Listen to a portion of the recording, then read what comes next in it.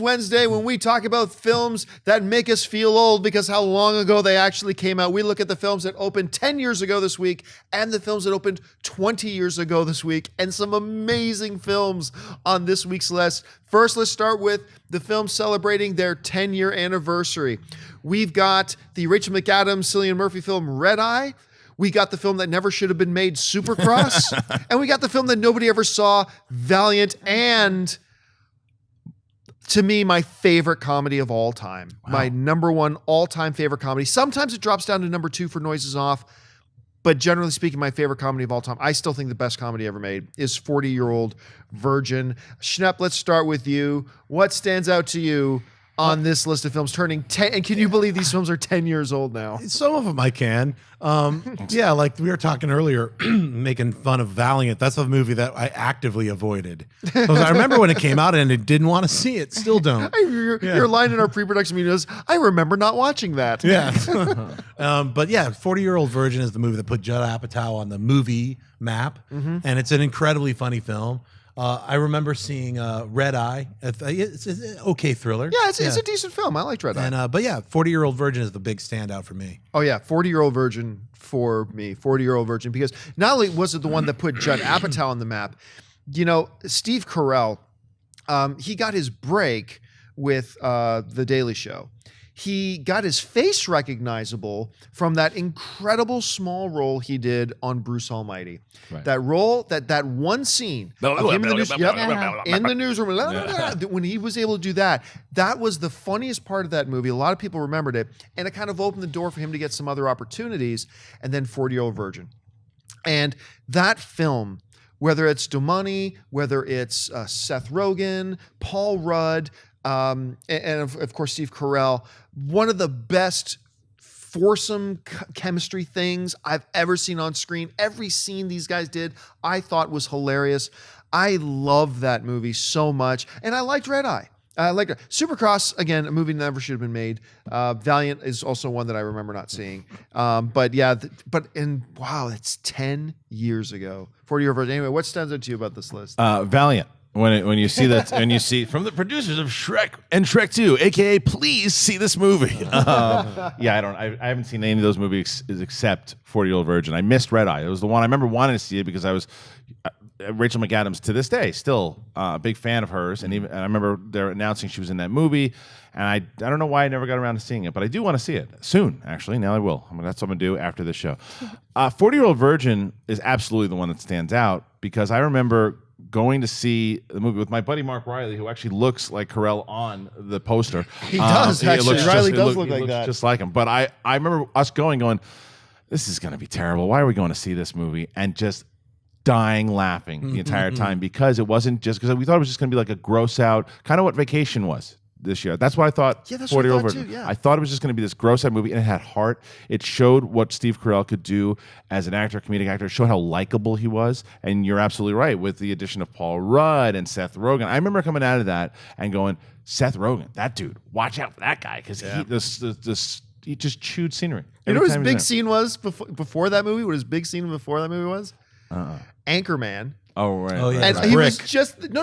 That's Steve Carell. Seth Rogen. Oh, Seth Rogen, right. Was just the girl, the love interest for Anchorman, her cameraman at the Panda Bar. Right. That was it. That was his big screen Yeah. appearance. He was the cameraman. He was a writer. I mean, he wrote the co-wrote, I think, Donnie Darko, and he was a writer on the Ali G show. So and he was obviously in Freaks and Geeks and all that, and Undeclared and all that stuff. But it made Apatow was bombing everything he was doing at TV. Even though shows were great, they were canceled. I remember going to see him at a Writers Guild thing, and he was just talking about how he just can't get anything to go. Like people weren't responding to stuff, and then 40-Year-Old there you go. Oh wait, Sinead, tell your story about when you saw, because this will make you feel really old about 40-Year-Old Virgin. No. 40-Year-Old Virgin. Was it 40-Year-Old Virgin? Oh yeah, that's right. I saw 40-Year-Old Virgin for the first time when I was 13, because it's 10 years ago, and I watched it unrated with my mom and my dad,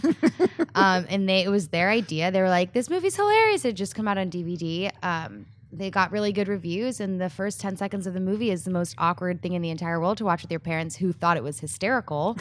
But yeah, I think that just shows, if we all can remember the first time we watched that movie, that it's a really damn good movie. No, Andy, I don't want your giant box of porn. Love that one. Although coming out of that conversation, the funniest line I heard, do you mind if I tell people the line you said? Oh, no, not at all. The funniest line pre-production today, I thought I was going to die. She mentioned she was 13 years old. I was like, wait a minute, when were you born? Was it 92? 92. 92. And Schnapp goes, holy crap. I was already on drugs by the time you were born. I've done drugs already older than you. Yeah. Before you I were was born. doing drugs before you even existed. There you go. That's the way line. he said it. That's That was the line. line. All right, let's look now at the films that turned 20 years old this week. And a couple of these shocked me. Number one, Mortal Kombat. Somewhere, Mark Ellis is raising his fist in the air. Mortal Kombat turns 20 years old this week. The Usual Suspects. In my top has been for many years and still is in my top 10 greatest films of all time list for me personally. The Usual Suspects and The Babysitter's Club. Christian, let's start with you. What stands out to you on this list? 20 years old. Easily one of my favorite movies at all. Crafted, it puts you in a movie like this. Is what you said before. Is why I love movies. You're just blown away by it. The Babysitter's Club. No, I mean Usual Suspects, man. I mean Chris McQuarrie writing one of the best scripts of all time. Bryan Singer talking about somebody getting put on the map, and then Kaiser Soze. I mean, he's still one of the best villains ever. Never see. Never see him coming. And that's the point of the movie. And that, if you have never seen The Usual Suspects, watch it immediately. And I'm going to try not to. I don't want to spoil anything for you, but man, that movie. Everything with Chaz Palminteri and Kevin Spacey, and there's not a dull moment. The fun, what I didn't realize, one of my favorite critics of all time, the late great Roger Ebert, hated it. Oh wow! I just found that out recently. Which is, who knows? To each his own. But that movie absolutely stands out. Mortal Kombat. Whatever you want to say about Mortal Kombat, how cheesy it is still the best video game movie of all time. Now, hopefully that changes soon. But right now it's the best because it took everything that you played out of that game and how popular it was. It capitalized on how popular the game was, and it brought those characters to life. And doing exactly the opposite of what Street Fighter did. Yeah. Do you know that was actually Robert Downey Jr.'s wife, who formerly Susan Levine. That was her first big movie as a producer, and that kind of catapulted her career. Really? Yeah. That's amazing. Fun fact. Wow.